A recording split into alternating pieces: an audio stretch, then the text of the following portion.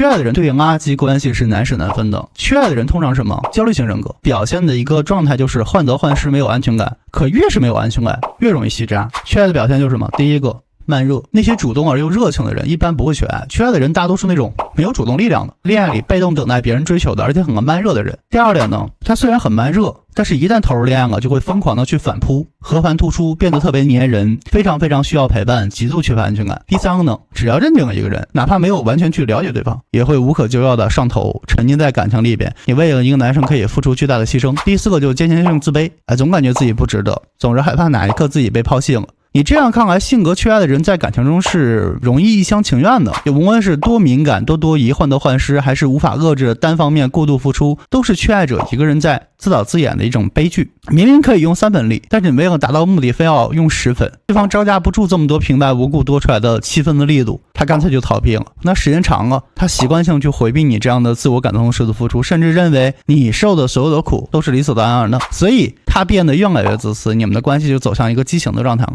而一个缺爱的人，你就像是一个溺水的人，不管一段关系多么的畸形，你都会死抓住不放，把对方当作拯救你的一根浮木，因为你不能忍受那种巨大的失落感和被抛弃感。我之前讲过啊，原生家庭缺少爱，其实就是缺少了分离的一个底气，所以我们大多数缺爱的人都有一个分离障碍，遇到渣男渣女很难分开。除了缺少这一份分离的底气，还有一个导致难以分开的错误关系的一个原因是什么？就是你在原生家庭里边，你没有形成一个稳定的自我认知。比如说养育者经常否定你，给你负面评价，所以你本人对于自我价值的认知是很低的。那么你的潜意识里边认为自己只有创造价值才会被爱，而自己本身呢并不值得爱，那么结果就是非常想去证明自己是值得被爱的。缺爱的你这一生，它都是一个自证的人生，因为你没有遇到过爱，不知道爱是什么，怎么表达爱，于是你就把自己压抑的渴望和需求全部都投射出去了。那么大量投射出来的需求马上就成为对方的压力了，对方的压力反馈呢又让敏感的你给捕捉到了，你又会关注对方爱不爱自己，会不会离开自己，你无意识的就加强了自己的控制欲和占有欲，然后压力呢又反馈到对方身上。整个过程就是因为缺爱而焦虑，因为焦虑而用力过猛，因为用力过猛又失去爱，然后因为爱而缺爱，因为缺爱呢又进一步释放压力，要求别人爱自己，这就形成一个恶性循环。所以缺爱的人，你要么是吸引一个本身就很渣的想要白嫖你付出的人，要么就是遇到一个正常人也会被自己给逼走，最后愿意跟自己谈恋爱的只剩下那些表演爱你的演员，然后突然发现自己总是在垃圾关系里面没有办法自拔，这个时候你就为时已晚了。那我们怎么解决这个问题啊？